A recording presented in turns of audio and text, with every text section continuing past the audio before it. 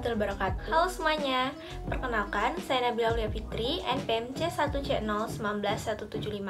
Pada kesempatan kali ini, saya akan merangkum video pembelajaran yang telah diberikan oleh dosen penghapus saya, yaitu Bapak Madani Hatta, guna memenuhi tugas mata kuliah Akuntansi Keuangan Lanjutan 1 dengan buku acuan Dwi Martani, penerbit Salemba.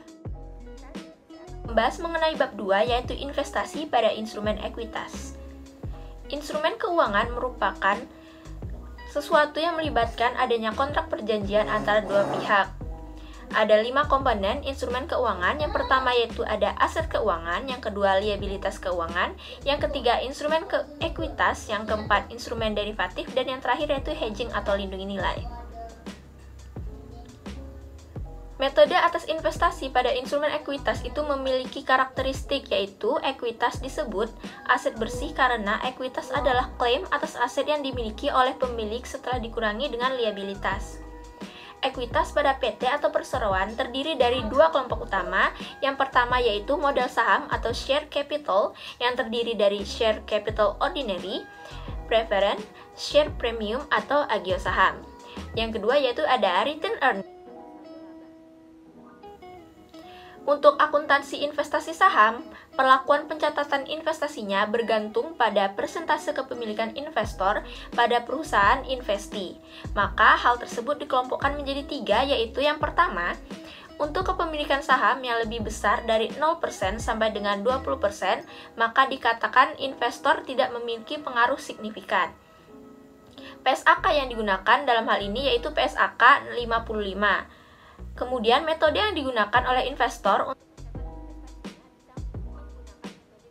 atau metode nilai wajar. Yang kedua, yaitu untuk kepemilikan saham lebih dari 20% tapi tidak melebihi 50% atau sampai 50%, maka dikatakan investor disebut investasi pada entitas asosiasi dan investor memiliki pengaruh yang signifikan. PSAK yang digunakan yaitu PSAK 15. Maka metode yang digunakan untuk mencatat investasinya yaitu metode ekuitas. Yang ketiga yaitu untuk kepemilikan yang lebih dari 50%, maka dikenal dengan adanya perusahaan induk dan perusahaan anak. Kemudian PSAK yang digunakan yaitu PSAK 22 dan 65. Maka metode yang digunakan pada metode ini gaya atau metode ekuitas.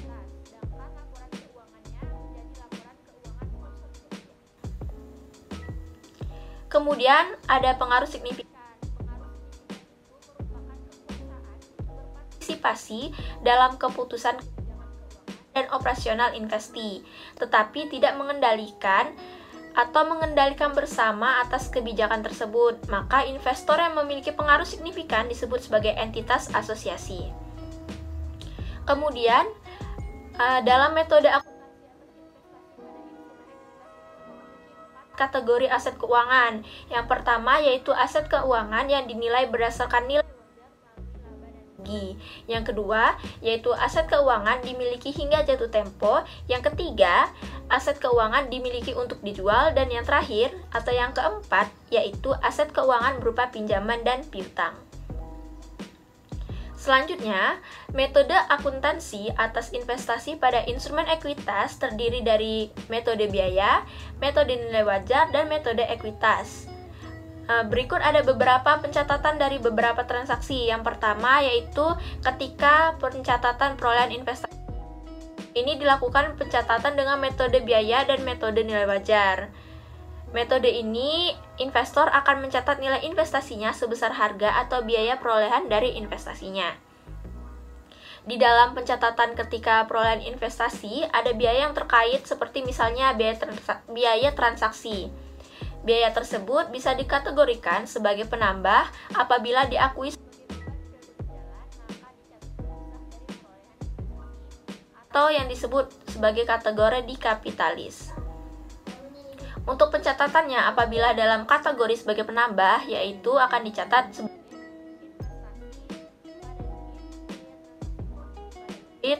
kemudian kas di kredit. Kemudian untuk kategori dikapitalis akan dicatat investasi di debit, kas di kredit. Untuk metode ekuitas, metode ini investor akan mencatat nilai investasinya sebesar harga atau biaya perolehan dari akun, investasi pada entitas asosiasi di debit, kemudian kas di kredit. Yang kedua yaitu pencatatan investor ketika investi membagi dividen. Untuk pencatatannya ini melalui metode biaya dan metode nilai wajar akan dicatat, kemudian pendapatan dividen di kredit. Kemudian untuk metode ekuitas akan dicatat sebagai kas di debit, kemudian investasi pada entitas asosiasi di kredit. Kemudian yang ketiga yaitu ada pencatatan investasi menggunakan metode biaya dan metode nilai wajar, itu tidak ada pencatatan. Namun apabila melalui metode ekuitas akan dicatat apabila mengalami laba, yaitu investasi pada entitas asosiasi di debit dan bagian laba entitas asosiasi di kredit. Apabila mengalami rugi, asosiasi di debit, kemudian investasi pada entitas asosiasi di kredit. Selanjutnya yang keempat, ada pencatatan investor ketika investasi melaporkan laba atau rugi melalui metode biaya dan metode nilai wajar, itu tidak memiliki pencatatan. Sedangkan untuk metode ekuitas, apabila mengalami laba atau keuntungan, maka akan dicatat sebagai investasi pada entitas asosiasi di debit dan penghasilan komprehensif lain di kredit. Apabila mengalami rugi, akan dicatat penghasilan komprehensif lain di debit pada investasi pada entitas asosiasi di kredit. Selanjutnya, apabila pencatatan ketika penyesuaian ada pencatatannya.